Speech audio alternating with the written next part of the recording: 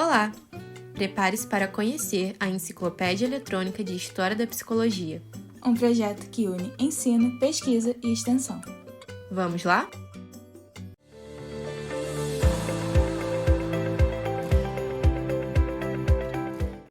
São mais de 2.000 acessos mensais num site simples e fácil de usar. Um projeto que aparece mensalmente em mais de 100.000 buscas no Google. Uma enciclopédia eletrônica com conteúdo quase todo criado por estudantes. Um material que aparece frequentemente no topo das buscas dos grandes buscadores. Esta é a Enciclopédia Eletrônica de História da Psicologia, a WikHP, um projeto que alia ensino, pesquisa e extensão. A criação de um verbete para a WikHP começa na sala de aula, com alunos da disciplina de História da Psicologia, na maioria calouros. Os alunos se organizam em grupos e escolhem temas. Com grupos já organizados, as monitoras do projeto oferecem 2 oficinas. Primeiro, uma oficina de fontes acadêmicas, ensinando os alunos a buscar materiais de qualidade. Depois, uma oficina de escrita acadêmica, voltada para a criação de um verbete de enciclopédia. Na oficina de escrita, são ensinadas também as normas da enciclopédia, que estão no livro de referências do projeto, o WikHP, normas, definições, orientações e estilo. O processo de criação dos verbetes é acompanhado de perto tanto pelas monitoras quanto pelo professor da disciplina. Ao longo do tempo, vão aparecendo as muitas dificuldades de pesquisa e escrita acadêmica, tais como encontrar fontes confiáveis, analisar e organizar dados, aprender as características da escrita científica, organização e gestão de grupos e muito mais. Em 2024, ultrapassamos os 100 verbetes publicados, com 6 novos verbetes. Os 3 verbetes mais acessados em maio de 2025 foram a escala de inteligência de Binet e Simon, Inácio Martim Baró e o caso dos irmãos Heimer. A variedade de temas mostra também a variedade de públicos e de interesses, um sinal do alcance da WikHP. Por meio da monitoria, o projeto também proporciona a formação para a docência. Como projeto de extensão, a WikHP faz a conexão entre a universidade e a sociedade. A produção estudantil é valorizada, pois os verbetes publicados identificam seus autores. Além disso, a WikHP se integra a um projeto maior, o Portal História da Psicologia, que ainda conta com um canal no YouTube, website, um repositório de referências e uma editora associada.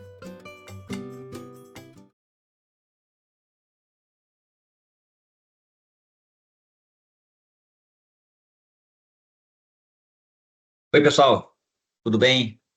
Como estão? Permitam-me aqui a apresentação. Eu sou o professor Léo Braga. Estamos aqui na 10ª Mostra de Inovação no Ensino Superior, aqui na UF, e venho apresentar a minha proposta sobre o Trampolim. Trampolim é um podcast sobre o mundo do trabalho, criado aqui no Centro Universitário IBMR, pela nossa área de gestão e negócios, a área que congrega os cursos de gestão e negócios, e tem apoio da nossa rádio 021, a rádio aqui do IBMR. Permita-me então dizer, o Trampolim surge vinculado à ideia da empregabilidade, preocupação primeira nossa aqui do IBMR, se nós olhamos tanto para a esfera pública, e especialmente a LDB, que entende essa vinculação entre mundo do trabalho, prática social com a educação superior, e a nossa política de desenvolvimento institucional aqui do IBMR, que privilegia inovação e tecnologia no exercício de oferecer a educação superior à sociedade. Dito isso, a grande demanda de empregabilidade, pelo tema da empregabilidade, suscitou-nos a proposta do Trampolim, que trabalha mesmo com essa ideia, trampo, né? Trabalho, e trampolim de mergulhar nesse mundo do trabalho. Então, o nosso público-alvo são os universitários, não do IBMR apenas, mas de todo o Brasil. A gente tenta discutir tendências, preocupações, desafios e orientações sobre o mundo do trabalho, e contamos com episódios de 15 minutos, algumas vezes a gente desdobra em 2 partes, quando eles se alongam, com os nossos convidados, que têm por mim como o host, né, o hospedeiro e o âncora aqui do Trampolim, os nossos convidados, que são pessoas do mercado, são professores da casa, são nossos estudantes, nossos egressos, que versam sobre os mais diversos temas. Nós já conversamos sobre muitos temas aqui na primeira temporada, que foi em 25.1, por exemplo, empreendedorismo, oportunidade de mercado de trabalho, competências, habilidades e atitudes, mercado financeiro, concurso público, pesquisa científica, portfólio, inteligência artificial, LinkedIn, educação superior e dicas imperdíveis do mundo do trabalho. Nós estamos no YouTube, já alcançamos mais de 29 mil visualizações. Também estamos no Spotify, com 254 reproduções. E estamos no Instagram, com 12 mil visualizações. E aí, sigo aqui a nossa conversa para falar mais sobre isso. Muito obrigado. Até!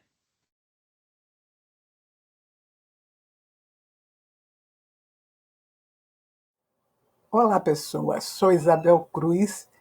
É possível preparar profissionais de saúde com IA generativa para o encontro clínico compassivo em complexas realidades decorrentes de diversidades e iniquidades?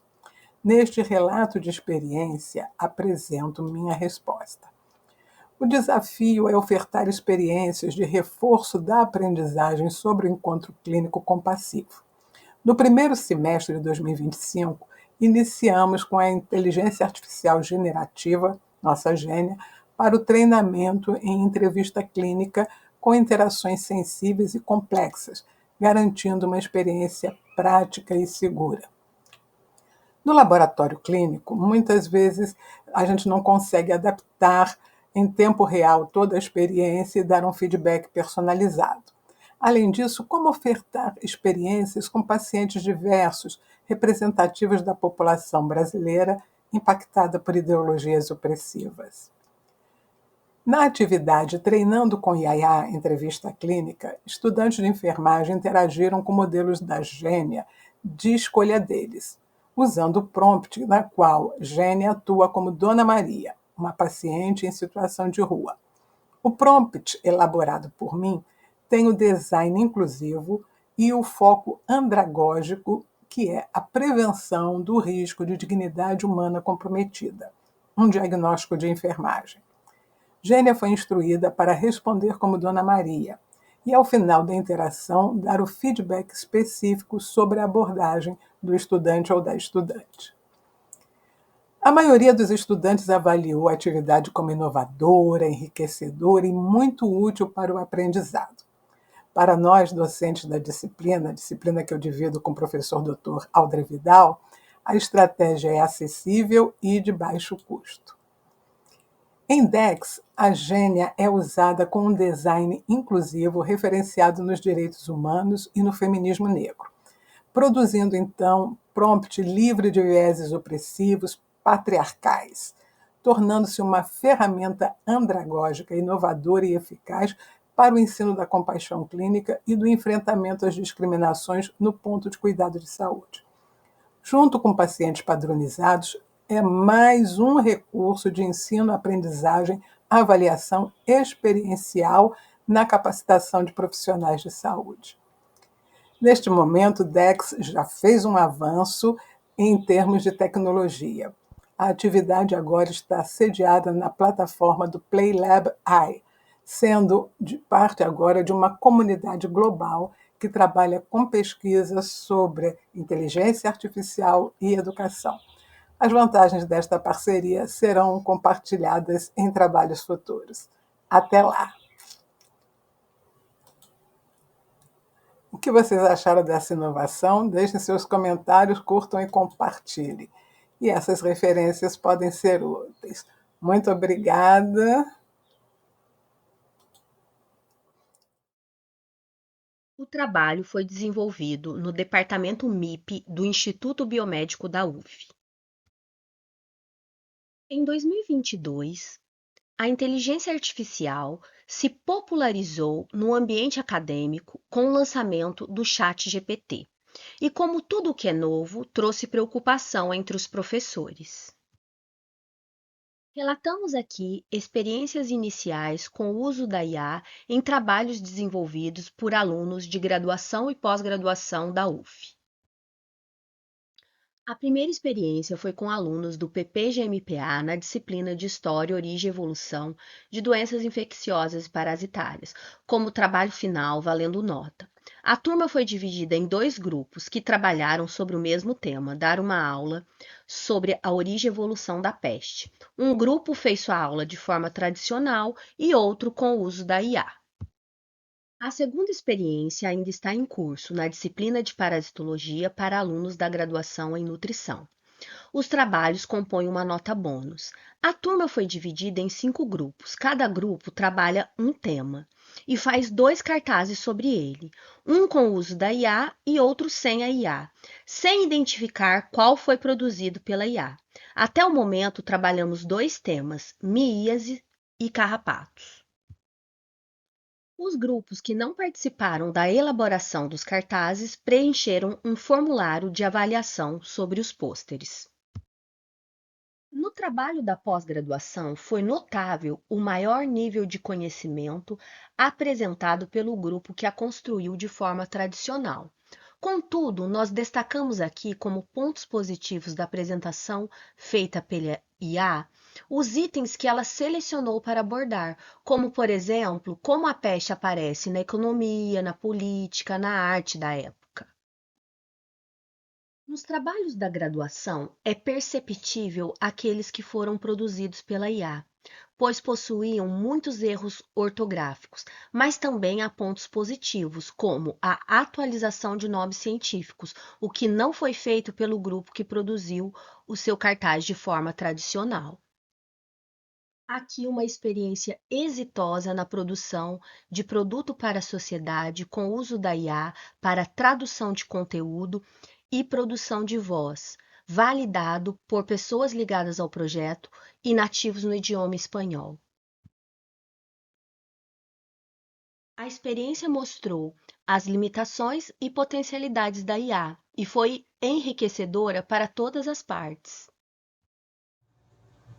Olá, meu nome é Cristina Pinho, eu sou professora da Faculdade de Medicina e esse é um trabalho que eu desenvolvo junto com os meus monitores. Bom, nós vamos perpassar por esses itens ao longo da nossa conversa e vamos então entender o que é um flashcard, né? Bom, essa estratégia é uma estratégia que eu gosto muito, né? Trabalho com ela e basicamente eu queria ressaltar 3 coisas. Então, primeiro que é aprendizado autorregulado e o aprendizado com reforço espaciado, que a gente vai ver melhor daqui a pouco. E a literatura mostra pra gente que o flashcard não só é uma estratégia que é comprovadamente bastante útil no estudo de medicina, mas ela consegue trabalhar com conteúdos complexos, tá? Então isso é uma coisa muito legal.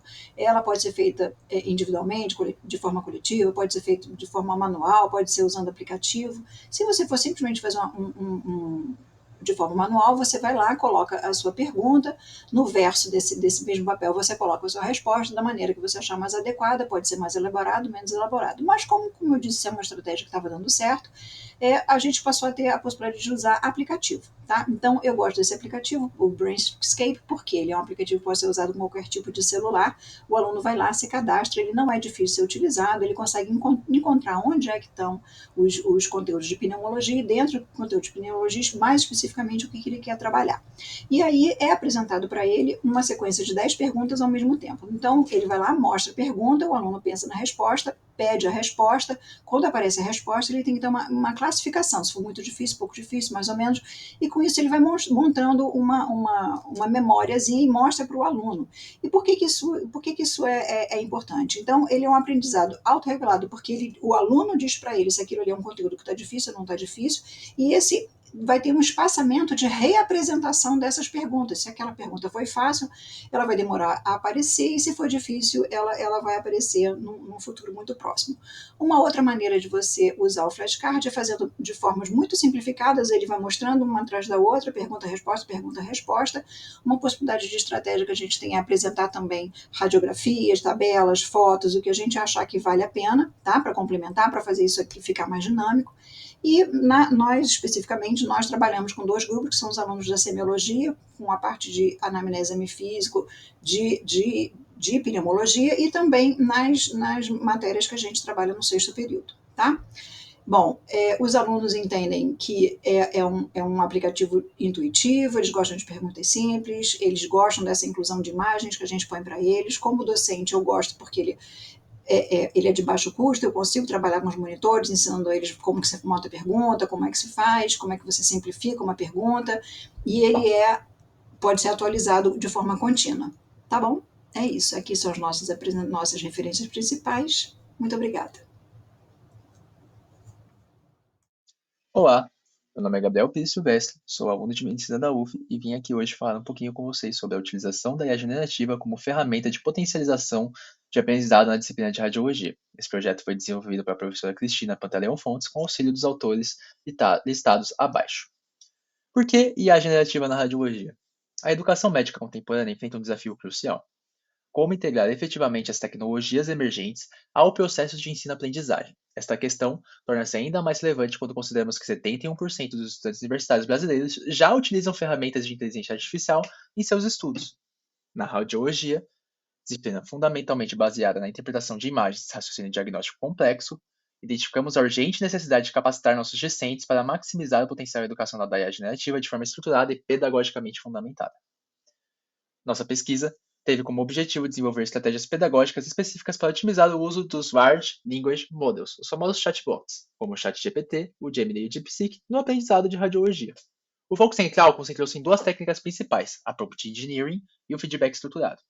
Diferentemente do uso intuitivo e não direcionado dessas ferramentas, propusemos uma abordagem sistematizada que transforma a interação com a IA em uma experiência de aprendizado mais eficiente e pedagogicamente alinhada aos objetivos educacionais da disciplina. Como fizemos? Nossa metodologia foi estruturada em 3 etapas complementares. Primeiro, realizamos uma revisão bibliográfica abrangente sobre a IA generativa na educação médica radiológica. Segundo, desenvolvemos um framework de prompts especializados baseado em arquétipos educacionais. E terceiro, criamos um sistema de feedback numérico escalonado de 1 a 10. As técnicas desenvolvidas incluíram a criação de personas especialistas, solicitando que a IA atue como um radiologista experiente com 15 anos de prática, uma contextualização específica por nível educacional e um feedback interativo. Por exemplo, sua explicação teve grau de aprofundamento 5, quando precisaríamos de um nível 10. Estruturamos as atividades em modos progressivos, trabalhando com os monitores da disciplina e utilizando a plataforma Classroom da universidade. Os resultados demonstraram eficácia significativa. Discentes que utilizaram prompts estruturados com arquétipos apresentaram maior precisão na obtenção de informações radiológicas relevantes comparado ao uso convencional das ferramentas. Identificamos os prompts mais eficazes, incluindo: explique este conceito radiológico como professor experiente para estudante do 5º período, usando linguagem técnica adequada e exemplos práticos, e crie casos clínicos progressivos sobre essa doença com diferentes níveis de complexidade. Concluímos que a utilização estruturada da IA generativa como ferramenta educacional em radiologia demonstra potencial genuinamente transformador no processo de ensino-aprendizagem. As estratégias de prompt engineering e feedback escalonado desenvolvidas proporcionaram aprendizado mais eficiente e personalizado, preparando efetivamente nossos discentes para a prática profissional na área digital. Fundamentalmente, a integração responsável dessas tecnologias fortalece o desenvolvimento de competências clínicas essenciais, mantendo o pensamento crítico como elemento central e insubstituível da formação médica. Obrigado, e esses são nossos e-mails de contato.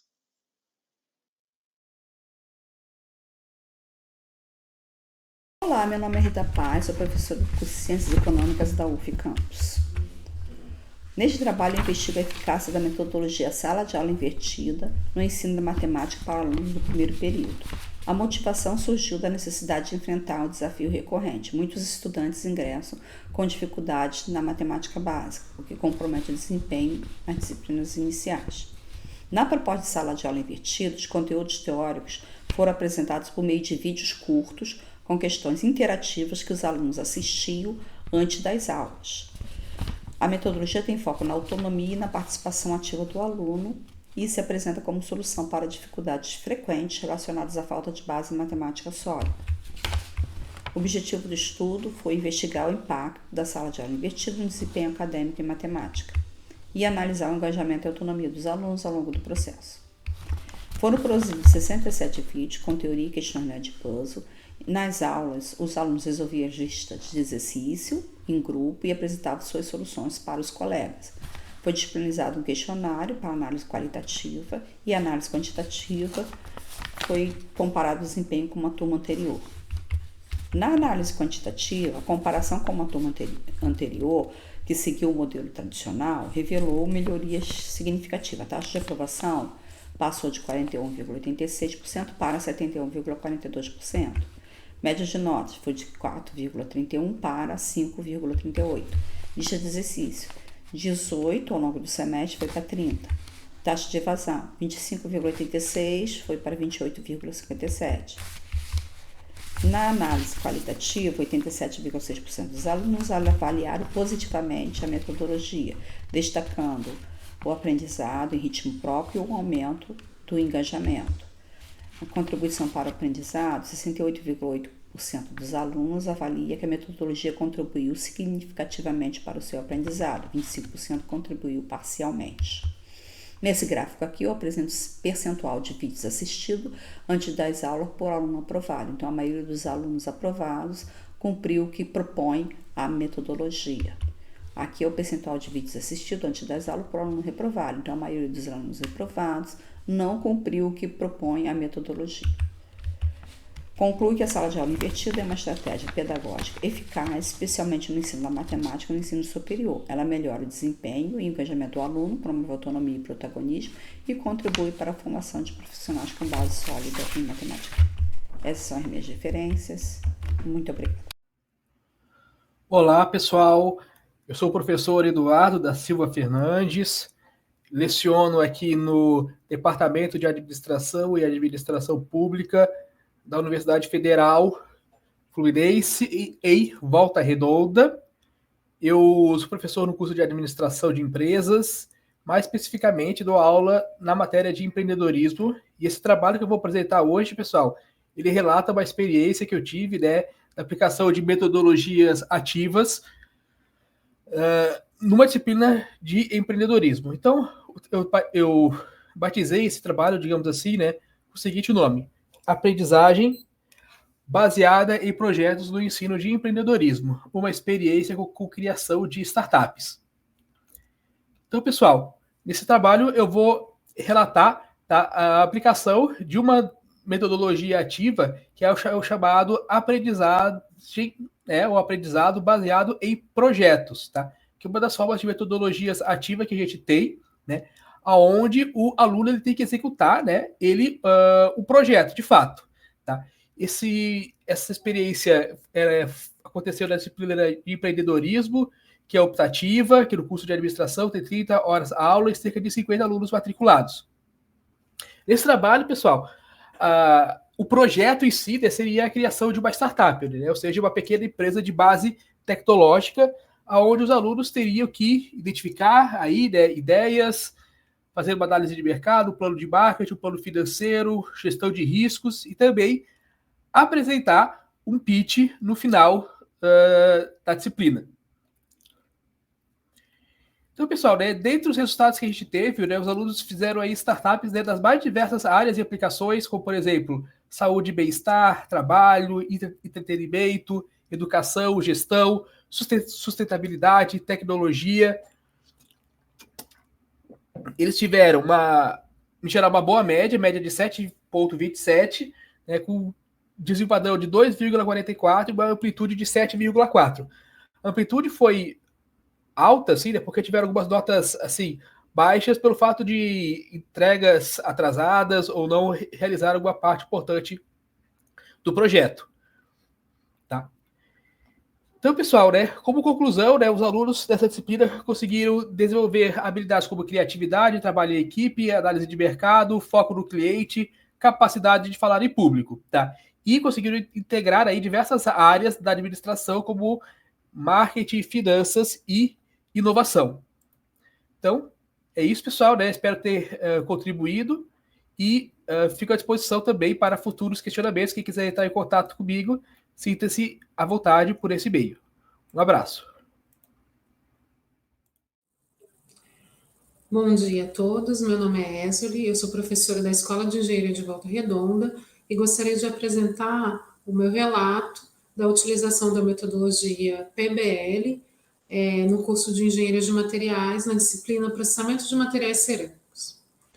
A disciplina ela é oferecida no 6º semestre para o curso de Engenharia de Materiais, e o objetivo é que os alunos tenham capacidade técnicas, né, de compreender e aplicar a técnica da produção de uma peça cerâmica. A metodologia utilizada foi o Project Based Learning, aprendizagem baseada em projeto, que é uma metodologia ativa centrada no aluno. É uma metodologia que articula teoria e prática por meio do desenvolvimento do projeto, nesse caso, a obtenção de uma peça cerâmica. E o professor atua como um facilitador de aprendizagem. O projeto ele foi implementado da seguinte forma: os alunos receberam um desafio inicial, que era a produção de 2 peças cerâmicas idênticas, contemplando todo o processo, desde da preparação de matéria-prima até a produção da peça. O desenvolvimento foi realizado a partir de revisão bibliográfica, a elaboração dos projetos, que foram individuais, e também trabalhos práticos no laboratório do desenvolvimento dessa peça. A avaliação, ela consistiu na avaliação do projeto inicial, uma entrega escrita, além de relatórios intermediários e também o relatório final. Além disso, os alunos tiveram que fazer 2 apresentações orais, que também foram utilizados como avaliação. Além disso, foi também utilizado autoavaliações semanais e também a avaliação do planejamento semanal que os alunos utilizaram no decorrer do semestre. Os resultados, eu tenho aqui algumas imagens das peças obtidas, então nós conseguimos o produto final. Os alunos tiveram um desempenho acadêmico esperado para dentro da disciplina, tanto desenvolvimento técnico quanto de competências transversais. Foi observada uma evolução significativa dos alunos a partir dos relatórios apresentados e também a partir das apresentações orais foi observado também uma melhora. Como benefício, né, a aprendizagem significativa, eu gostaria de destacar a evolução técnica dos alunos, como já foi falado, e também o maior engajamento. E como dificuldade, o maior desafio realmente é a demanda de tempo do docente, né, para a realização dessas atividades. Eu agradeço a todos, muito obrigada.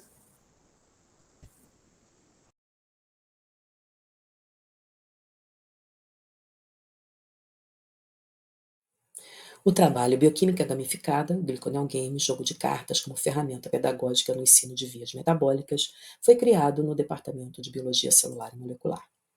Apesar de sua importância nas diferentes áreas, a disciplina de bioquímica é considerada difícil por muitos alunos, o que dificulta o aprendizado. Isso se deve ao extenso conteúdo, à necessidade de conhecimentos prévios em química, que muitas vezes é falho, e ao alto nível de abstração exigido para compreender as reações moleculares. Os jogos, por sua vez, são estratégias que promovem engajamento, interação e aprendizado de forma lúdica e criativa. Por isso, desenvolvemos o Glyconal Game, um jogo de cartas para tornar o estudo das vias metabólicas, glicólise e gliconogênese mais estimulante e interativo. A plataforma online Canva foi utilizada na criação das cartas do jogo.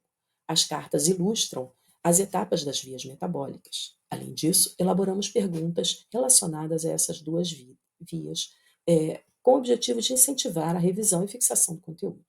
As cartas foram impressas em papel A4 e o jogo foi aplicado a 35 alunos do curso de Medicina e Biomedicina. Todos os participantes já haviam assistido às aulas teóricas e realizado uma discussão sobre o assunto por meio de estudo dirigido. Os alunos responderam ao questionário antes e após a realização do jogo, que permitiu a comparação do número de acertos a essas perguntas. Ao final, foi solicitado que avaliassem a atividade. Suas opiniões foram expressas usando uma escala de 0 a 5, onde 0 corresponde a discordo totalmente e 5 concordo totalmente. Mas como se joga o Glyconal Game? Primeiro, a turma é dividida em grupos e cada jogador recebe 7 cartas. Vence o jogo quem conseguir descartar todas as suas cartas primeiro. A dinâmica é a mesma do jogo Uno, onde os jogadores devem descartar cartas que correspondam à mesma cor ou à mesma reação. Ao longo do jogo aparecerão cartas que exigem a resposta correta de perguntas sobre a via. Bem, como resultados, tivemos que o pré-teste teve uma média de 5,49 e 6,03 no pós-teste. As respostas, as notas, tiveram uma menor dispersão. Considerando as opiniões concordo completamente, 87,5% dos alunos recomendariam o jogo a outros estudantes. 75% consideraram que o jogo complementou a aula expositiva e 58% sentiram que o jogo reforçou os conteúdos já aprendidos. 62,5% relataram maior interação entre o grupo. Isso também foi relatado numa pergunta aberta, onde os alunos citaram o trabalho em equipe como diferencial positivo. Para concluir, o jogo Gliconel Game mostrou-se uma ferramenta promissora para complementar o ensino de bioquímica. Os resultados indicam potencial uso no reforço, na aprendizagem e na interação dos estudantes. Segundo o mapa do ensino superior no Brasil de 2025 do Instituto Semesp, a evasão no ensino superior alcançou a média de 58%. O principal fator da evasão é a dificuldade financeira dos educandos. O Mais-Sato, em 2023, levantou tanto o aumento nos problemas de saúde física e mental dos educandos, quanto a percepção da falta de conexão entre o ensino e a prática profissional como motivos de evasão. Uma das estratégias que vem aplicando com sucesso na graduação desde 2017 é a gamificação como estratégia pedagógica. Os principais teóricos definem gamificação basicamente como a utilização de mecânicas de jogos em ambientes que não são de jogos. Sobre sua aplicação na educação, Tolomei aponta que a gamificação engaja mais os educandos nas atividades propostas, tornando-os mais motivados e levando-os a um aprendizado mais eficiente. Assim, desde 2023, implementei o projeto Caçadores de Relíquias do Antigo Egito na disciplina Metodologia da Pesquisa em Comunicação, obrigatória de 60 horas para o curso de mestrado em mídia cotidiana. A cada semana, os educandos devem investigar referências metodológicas na área da comunicação e informação sobre o entendimento de autores a respeito das principais diretrizes que utilizarão para elaborar suas pesquisas, como tema, problema, objetivos, etc. Durante 8 semanas, os educandos se dividem em grupos de exploradores para realizar a missão, ou munus, buscando a sabedoria dos antigos deuses. A estratégia de sala de aula invertida é somada em sala à estratégia de instrução por pares, com os grupos debatendo as diferentes interpretações dos autores sobre a mesma diretriz, buscando identificar os pontos de concordância e discordância e um possível consenso. Depois, cada educando pode apresentar a diretriz contextualizada à sua própria pesquisa, em um processo contínuo de reflexão e reelaboração, promovendo maior consistência em sua pesquisa. Nesse momento, a dinâmica gamificada indica que os 3 educandos que apresentarem corretamente a sua diretriz ganharão uma carta de relíquia do Egito Antigo, sorteada do baralho de relíquias. Durante as aulas, o educando poderá trocar relíquias ganhas por bonificações, que são típicas de mecânicas gamificadas e servem para potencializar o aspecto lúdico e a participação discente. Assim, semana a semana, os educandos vão preenchendo um mapa de diretrizes de suas pesquisas, chamado Caminho de Aro, apresentando as principais diretrizes de pesquisa e um possível percurso didático para sua elaboração. A sistematização proposta pelo mapa busca facilitar a compreensão das diretrizes e suas relações de dependência, potencializando a coerência em sua elaboração e fortalecendo a pesquisa dos educandos. Finalmente, ao final do 8º munus, os educandos devem devolver as relíquias em seu poder, e é quando somamos a quantidade de escaravelhos que cada um acumulou. Os exploradores ou exploradoras que alcançarem as 3 maiores pontuações serão sagrados caçadores de relíquias e terão direito a uma bonificação. Além de tornar uma temática naturalmente árida e cansativa em uma dinâmica lúdica e interativa, a proposta de gamificação busca motivar a participação discente, com bons resultados, inclusive na imersão dos educandos ao contexto narrativo. Finalmente, perceba uma maior consistência na definição das diretrizes de pesquisa dos orientandos, comparativamente aos resultados das aulas convencionais ministradas há alguns anos, assim como na elaboração dos trabalhos finais. No mesmo sentido, a participação e presença nas aulas tem sido cada vez melhor. É possível considerar, então, que estratégias gamificadas podem reduzir o estresse dos educandos, promovendo melhor compreensão dos conteúdos e reduzindo os índices de evasão no ensino superior. A PROIAC pela oportunidade de apresentar esse trabalho intitulado Elaboração de Resumos para Apresentação em Congressos Científicos, Relato de Experiência envolvendo alunos do primeiro período do curso de Medicina. Eu sou a professora Maria Isabel, do Departamento de Cirurgia Geral Especializada da Faculdade de Medicina, e os alunos envolvidos são Ana Laura, Bruno e Sabrina. Ao ingressar no curso de medicina, o imaginário dos estudantes não prevê atividade de iniciação científica. No entanto, eles têm uma disciplina de IC1 que tem 30 horas e é ministrada em 15 aulas no primeiro período. O nosso grande desafio é despertar no estudante a motivação para se engajar em atividades de iniciação científica. A estratégia para despertar o estudante cientista foi dar ênfase ao ato de fazer o produto acontecer, alinhado às diretrizes curriculares e ao objetivo 3 dos Objetivos do Desenvolvimento Sustentável. O objetivo desse trabalho é relatar a experiência de produzir evidências no formato de resumo científico e descrever as etapas de elaboração, desde a concepção até a apresentação em Congresso Nacional. O desenvolvimento do trabalho foi na disciplina de Iniciação Científica 1, a turma B1 do primeiro período 2024-2. Uma das aulas trata de dados do DataSUS que são úteis para esse tipo de trabalho. O trabalho foi desenvolvido em 3 etapas, uma em sala de aula que os alunos se familiarizaram com a plataforma, uma remota que o trabalho foi em grupo para redigir o resumo, e a terceira etapa foi em sala de aula para correção do resumo e submissão ao Congresso. O resultado prevê a vivência do processo, os resumos foram aceitos para apresentação no Congresso, proporcionando a vivência do processo início, meio e fim, com produção de evidência já no início do curso de medicina. O resultado também tem elo com os objetivos do desenvolvimento sustentável, no eixo de uso de métodos contracepcionais modernos, de estudos de prevenção de suicídio e de estudos na redução da mortalidade prematura por doenças crônicas não transmissíveis. O resultado também gerou novas propostas, que foi a proposição do projeto de ensino já aprovado na plenária departamental, que recebeu o título Redação e Publicação de Artigos Científicos Fundamentados nos Objetivos do Desenvolvimento Sustentável. Como conclusão, além de atender aos objetivos da disciplina de Iniciação Científica 1, a atividade despertou motivação, tendo como base o interesse do estudante no autoaprimoramento, comprovado nos registros de produtos no currículo do aluno e envolvimento em novas propostas. Aqui estão nossas referências e agradeço a PROERC. Olá, nosso projeto é Ensino Inclusivo de Neuroanatomia, criação de modelos táteis com impressão 3D para alunos com deficiência visual.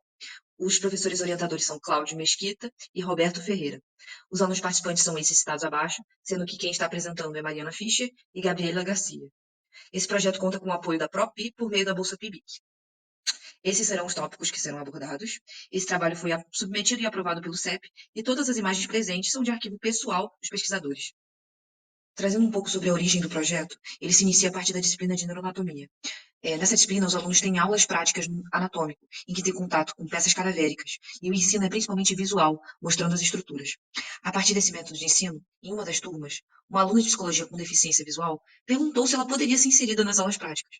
A partir disso, monitores e professores tiveram uma dificuldade de como eles poderiam adaptar toda essa disciplina que ela era ministrada por meio visual em um material adaptado em que pudesse inserir essa aluna. Uma das formas pensadas que trabalhamos nesse projeto é a impressão 3D. A motivação foi a Lei Brasileira de Inclusão, além do protagonismo da aluna, em que a educação é um direito da pessoa com deficiência e o sistema educacional deve ser inclusivo em todos os níveis. Os objetivos são desenvolver modelos neuroanatômicos táteis por meio da impressão 3D para a inclusão de alunos com deficiência visual na disciplina de Morfologia 3 de Neuroanatomia. Como foi o desenvolvimento dessas peças? Eu trouxe aqui como exemplo um corte cerebral. Utilizamos a própria peça da prática de neuroanatomia e o uso de atlas anatômicos para basear a modelagem dessa imagem 3D. Utilizamos softwares como SolidWorks, em que alunos de design modelaram. A partir dessa modelagem, o arquivo foi enviado para a impressora 3D e que a peça foi impressa por meio do filamento PLA, que é um material plástico e de fácil reprodutibilidade. A partir da impressão desses modelos, esse material foi avaliado por uma equipe multidisciplinar composta dos nossos professores, alunos e monitores da disciplina. Falando um pouco aqui dos resultados desse projeto, primeiramente ele foi aprovado pelo Comitê de Ética para ser aplicado junto aos alunos dos cursos da área da saúde com ou sem deficiência visual ao longo do ano de 2025. Pela metodologia proposta, nós desenvolvemos até então 6 modelos, todos com mais de 15 centímetros e texturas e alturas para diferenciação através do toque, e também passaram pela avaliação da nossa pesquisadora e colaboradora, que foi aluna da neuroanatomia e também possui deficiência visual. Um objetivo futuro também nesse projeto é a disponibilização desses modelos de forma gratuita por meio de um site, para que outras instituições brasileiras também consigam usufruir desses modelos criados. Alguns resultados preliminares, né, mostram que esses modelos eles são viáveis no sentido tecnológico para impressão, modelagem de forma relativamente barata e também eficazes, né, com um grande potencial pedagógico, promovendo assim a inclusão e autonomia desses alunos com deficiência visual no ensino superior. Então, nós agradecemos muito a todas as instituições, e os alunos e orientadores que estão nos ajudando nesse projeto. Essas aqui são as nossas referências e muito obrigada a todos. Boa tarde, eu sou a professora Alba Alencar e vou falar sobre a formação médica ativa, desenvolvendo competências com painel com interrogadores. O diagnóstico laboratorial parasitológico é essencial na prática clínica, então conhecer os métodos de diagnóstico é fundamental para que o médico solicite e interprete os exames corretamente. Então, nós tivemos como motivações integrar a teoria e a prática, aproximar os discentes da prática profissional, estimular o trabalho em equipe e a comunicação interpessoal e promover o pensamento crítico, incentivando a reflexão sobre o conteúdo. Então, como objetivos, nós tivemos engajar o discente e desenvolver competências essenciais ao perfil do futuro médico através de metodologias ativas. Então, para tal, nós utilizamos o painel com interrogadores, onde foi feita uma apresentação do caso clínico pela monitora, com posterior leitura do artigo no qual se tratava o caso clínico, e então a turma ela foi dividida em grupos. Os experts eles ficavam responsáveis por responder às perguntas elaboradas pelos interrogadores e o relator ele fazia o resumo geral de toda a discussão. Ao final, nós fizemos uma avaliação da atividade através de um questionário dado para os alunos. Depois, esses alunos eles participavam de uma aula prática no Laboratório de Parasitologia Clínica do Hospital Universitário Antônio Pedro, onde eles viam a dinâmica da rotina laboratorial e, ao final, eles faziam a elaboração de um pedido médico. Então, a gente encontrou um alto nível de satisfação da atividade painel com interrogadores pelos alunos e, além disso, um reconhecimento da utilização do caso clínico como relevante e desafiador. Os alunos eles conseguiram aplicar os conceitos teóricos durante a resolução do caso clínico e eles reconheceram a atividade como coerente, uma forma coerente de avaliação, ou seja, tanto a discussão durante o painel com interrogadores, assim como a elaboração do pedido médico, eles foram considerados como avaliações da disciplina. Então, os alunos eles também tiveram uma boa aceitação da atividade prática no laboratório de parasitologia e verificaram, perceberam, na verdade, que isso facilitou o aprendizado. Então, como conclusão, os alunos demonstraram capacidade de síntese, integração entre conhecimentos e habilidades de comunicação científica e concluímos que a inserção de metodologias ativas contribui para um aprendizado mais significativo e efetivo, favorecendo a consolidação do conteúdo. Muito obrigada pela atenção e pela oportunidade de mostrar esse trabalho. Olá, eu sou Caterine Moraes, docente da Escola de Enfermagem Aurora de Afonso Costa, junto com as professoras Érica e Geilza. Nós ministramos a disciplina Gerência de Enfermagem 2, que é a gerência hospitalar. A Maite Torres é tutora da disciplina. Esse trabalho é integração entre teoria e prática na gerência de enfermagem hospitalar, relato de experiência. O ensino da enfermagem exige uma integração robusta de referenciais teóricos e aplicação prática com o objetivo de formar enfermeiros proficientes dotados de uma perspectiva crítica. Isso é previsto nas nossas diretrizes curriculares nacionais, que também falam da necessidade do domínio por esse futuro enfermeiro de competências relacionadas à gerência de enfermagem, E essas competências, elas se estendem além da área técnica, da esfera técnica, mas incorporam também organização, liderança e a gestão do cuidado. A metodologia do arco de Magalhães, incorporada na gerência de enfermagem, estimula a reflexão crítica sobre a realidade dos serviços de saúde, fomentando a identificação de problemas e a proposição de soluções para a melhoria contínua da qualidade do cuidado. O objetivo desse trabalho foi relatar a experiência de supervisão e gerência de enfermagem com o uso da metodologia do arco de Magalhães, destacando a integração entre teoria e prática na formação de competências gerenciais. É um relato de experiência, resultado da supervisão desse ETP, que é um ensino teórico prático, de 15 estudantes do 7º período. No 7º período, os discentes eles fazem o rodízio entre 3 disciplinas de ensino teórico prático, e esse relato é de apenas um grupo. E esses discentes ficaram em 12 setores do UAP. Além das professoras da disciplina, passam também a supervisão nesses setores uma tutora e os monitores. Bom, com base no arco de Megrez, os discentes eles observam a realidade, eles identificam os pontos críticos nessas unidades e eles vão em busca de evidências científicas para comparar essa realidade observada, esses aspectos gerenciais e essas inconformidades, né, identificando essas inconformidades, e eles elaboram propostas de intervenção. Eles elaboram, em média, 3 propostas de intervenção e, em conjunto com os preceptores, os docentes e os monitores e a tutora da disciplina, eles escolhem um produto técnico. Então, aqui foram os produtos desenvolvidos pelos discentes, por esse grupo de discentes, né, nesse primeiro semestre de 2025, mas nós tivemos outros produtos dos outros 2 grupos também, mas nós tivemos guias, tabelas, cartazes, relatórios, planilhas, e-books, folders. E o que a gente observa? Que essa experiência demonstrou que a integração entre teoria e prática mediada pelo arco de Megrez favorece o desenvolvimento de competências gerenciais no ensino da enfermagem. E essa supervisão docente e o protagonismo discente permitiram a identificação de problemas reais e a elaboração de soluções criativas e contextualizadas, reforçando o potencial das metodologias ativas na formação crítica e qualificada dos futuros enfermeiros. Essas foram nossas referências e muito obrigada. Olá pessoal, meu nome é Denise, sou professora do curso de Engenharia de Materiais em Volta Redonda. Gostaria de compartilhar com vocês o experimento pedagógico chamado Jigsaw com Inteligência Artificial, umas soluções para turmas reduzidas. Vamos começar com o conceito. Jigsaw em inglês significa quebra-cabeça. É uma metodologia ativa centrada na interdependência positiva e na aprendizagem cooperativa.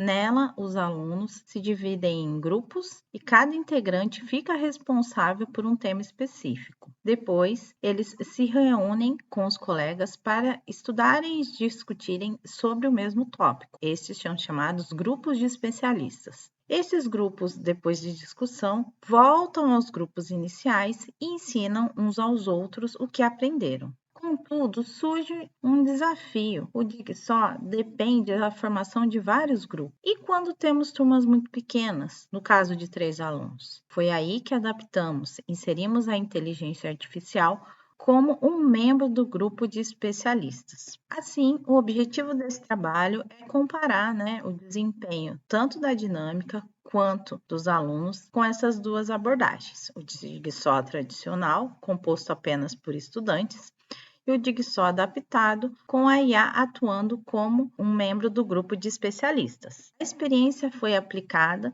para uma turma do curso de Engenharia de Materiais, na disciplina de Reologia, onde se analisou a dinâmica do grupo e o desempenho dos discentes. As principais diferenças entre as metodologias estão na quantidade de alunos, no material fornecido, no grupo de especialistas formados, no co-ensino e no método de avaliação. Os resultados deste estudo mostram que o tempo gasto na etapa de especialistas caiu pela metade com o uso da inteligência artificial. O uso da inteligência também possibilitou a supervisão total do grupo na fase do co-ensino. Por outro lado, os alunos demonstraram insegurança em relação às informações fornecidas pela IA. Apesar dessas questões, o desempenho dos alunos na resolução do problema foi semelhante nas 2 abordagens, o que pode ser comprovado através do questionário feito pelo Kahoot. Em resumo, essa adaptação torna o Jigsaw viável e aprimorado para turmas pequenas, uma vez que preserva os princípios de cooperação e garante a compreensão conceitual em curtos períodos de tempo. É claro que há pontos a serem melhorados, como no caso da insegurança em relação às informações fornecidas pela IA. Mas fica uma lição: a tecnologia pode ser uma excelente aliada pedagógica, desde que mediada e com propósito. Apenas na transmissão de conteúdo nem sempre prepara os estudantes para os desafios reais do mundo. Meu nome é Cristiano, eu sou da Engenharia Civil e meu trabalho então propõe uma resposta a essa questão. O ensino tradicional, com aulas expositivas, normalmente ele vem se mostrando insuficiente para engajar os estudantes de Engenharia Civil.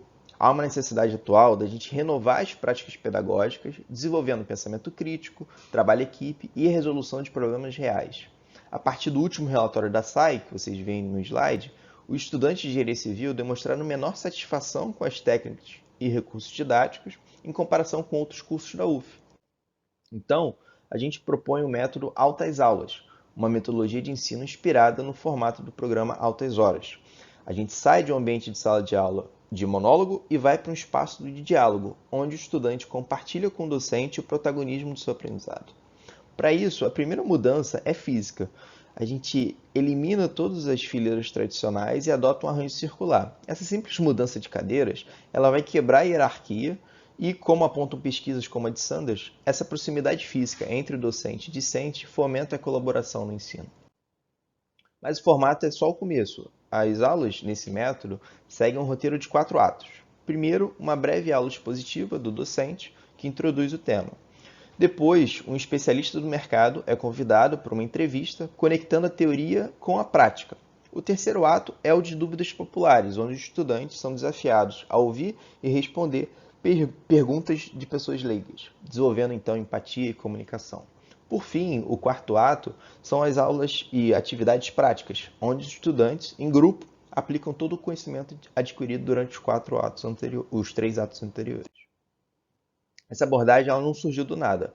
Eu me baseei em conceitos sólidos da educação, alinhados à aprendizagem ativa, que coloca o aluno no centro do processo de ensino-aprendizagem. Me inspirei também na educação dialógica de Paulo Freire, que entende que o conhecimento é uma construção coletiva, além de estudos como os de Brooks, que mostram que o próprio design da sala de aula impacta o engajamento. E é exatamente isso que buscamos, um ambiente que por si só já convida a participação do discente. O que esperamos com isso, além da melhoria no engajamento no desempenho acadêmico, queremos formar engenheiros e engenheiras com habilidades críticas, reflexivas e inovadoras, como exigem as diretrizes nacionais de educação. Profissionais que saibam se comunicar, trabalhar em equipe e resolver problemas complexos. O método Altas Aulas é, portanto, uma proposta para revitalizar o ensino da engenharia, tornando-se mais alinhado às demandas do mercado e do mundo atual. Muito obrigado. Olá, meu nome é Cícero Luciano, sou monitor da disciplina de Semiologia Médica da Universidade Federal Fluminense e venho apresentar o trabalho Monitoria Médica, Aprendizado Personalizado, Moderno e Colaborativo, desenvolvido em parceria com a equipe docente da Faculdade de Medicina. Então, nosso objetivo foi modernizar o ensino de Semiologia Médica por meio de ferramentas digitais, respeitando sempre os princípios éticos e pedagógicos da formação médica. A gente dividiu o projeto em 3 etapas. Na primeira etapa, realizamos o preparo do material por meio da coleta de imagens e vídeos clínicos de mais de 100 pacientes voluntários com consentimento livre e esclarecido. E todo o conteúdo foi anonimizado para garantir a privacidade dos participantes. Na segunda etapa, aplicamos as ferramentas inovadoras. Criamos um banco de dados multimídia com imagens e vídeos de achados semiológicos, desenvolvemos quizzes e flashcards no Instagram da disciplina, @semiologiauf, e integramos esse material às aulas teóricas e práticas, além de estudos dirigidos, oferecendo um suporte digital contínuo ao aluno. E na terceira etapa, a gente avaliou os resultados obtidos. O perfil do Instagram alcançou mais de 100 seguidores, com pico de acesso entre 18 horas e 21 horas. 85% dos alunos relataram maior clareza no aprendizado com os recursos utilizados e observamos um aumento de 20% nas notas médias das avaliações práticas. Então, esses dados demonstram que o uso de tecnologias digitais favoreceu o engajamento e o desempenho dos estudantes, além de proporcionar um aprendizado mais acessível e menos invasivo para os pacientes. Porém, apesar disso, a gente enfrenta alguns desafios, como a resistência inicial de parte do corpo docente e a dependência de infraestrutura tecnológica. Mas ainda assim, os resultados positivos superaram as dificuldades. Então, a gente conclui que as ferramentas digitais completam o ensino tradicional e seu uso é coerente com as diretrizes mais atuais do ensino médico. O projeto se mostrou efetivo, ético e replicável em outras disciplinas da área da saúde.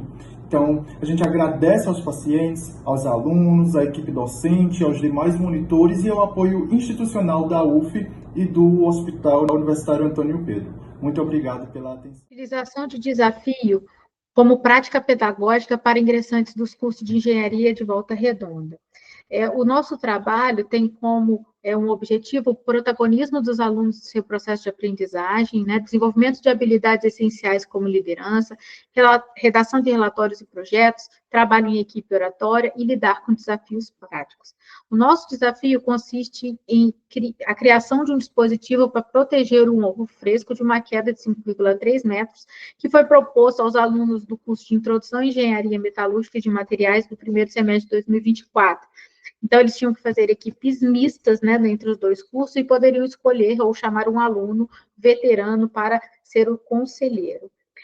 Dentro da metodologia, existiam critérios para que o dispositivo fosse criado. Então, resistir à queda livre, custo, né, o menor custo, sustentabilidade, menor peso do protótipo, não poderia passar de 500 gramas, proximidade com o alvo, ou seja, aterrissagem próximo de um centro, criatividade, nota da comissão julgadora, reciclagem, o menor uso de diferentes tipos de material, e o design e funcionalidade, que também seria uma nota da comissão julgadora. Aqui a gente tem algumas fotos do dia do evento, né, em que a gente numerava os ovos para saber de qual equipe, e a comissão julgadora. Aqui a gente tem alguns dos protótipos, né, realizado e construído pelos alunos, e como resultado, a gente teve aí, foram 7 grupos, em que 4 conseguiram manter a integridade do ovo, 3 não conseguiram, né? Aí tem os diversos tipos de materiais que eles utilizaram, qual foi o peso do protótipo, e a colocação foi definida em função dos critérios que foram avaliados pelos avaliadores no dia da competição, né? Como resultado, a gente tem aí um depoimento de um aluno, né, de uma das equipes, que ele diz que o experimento proporcionou grande oportunidade para eles, né, por trabalhar em equipe, não atingiram o objetivo principal, mas não desistiram e tentaram até o fim. E como considerações finais, né, o desafio do ovo se revelou uma experiência enriquecedora para os alunos, a produção de relatórios permitiu um acompanhamento eficaz e contínuo, melhorando a organização e a qualidade do trabalho dos alunos, a adaptação necessária em resposta às falhas dos protótipos, né, estimularam resiliência e criatividade. O evento fomentou um ambiente de integração e apoio entre alunos e professores, contribuindo para o fortalecimento do senso de pertencimento, e recomenda-se para futuras edições um incentivo maior à participação dos veteranos.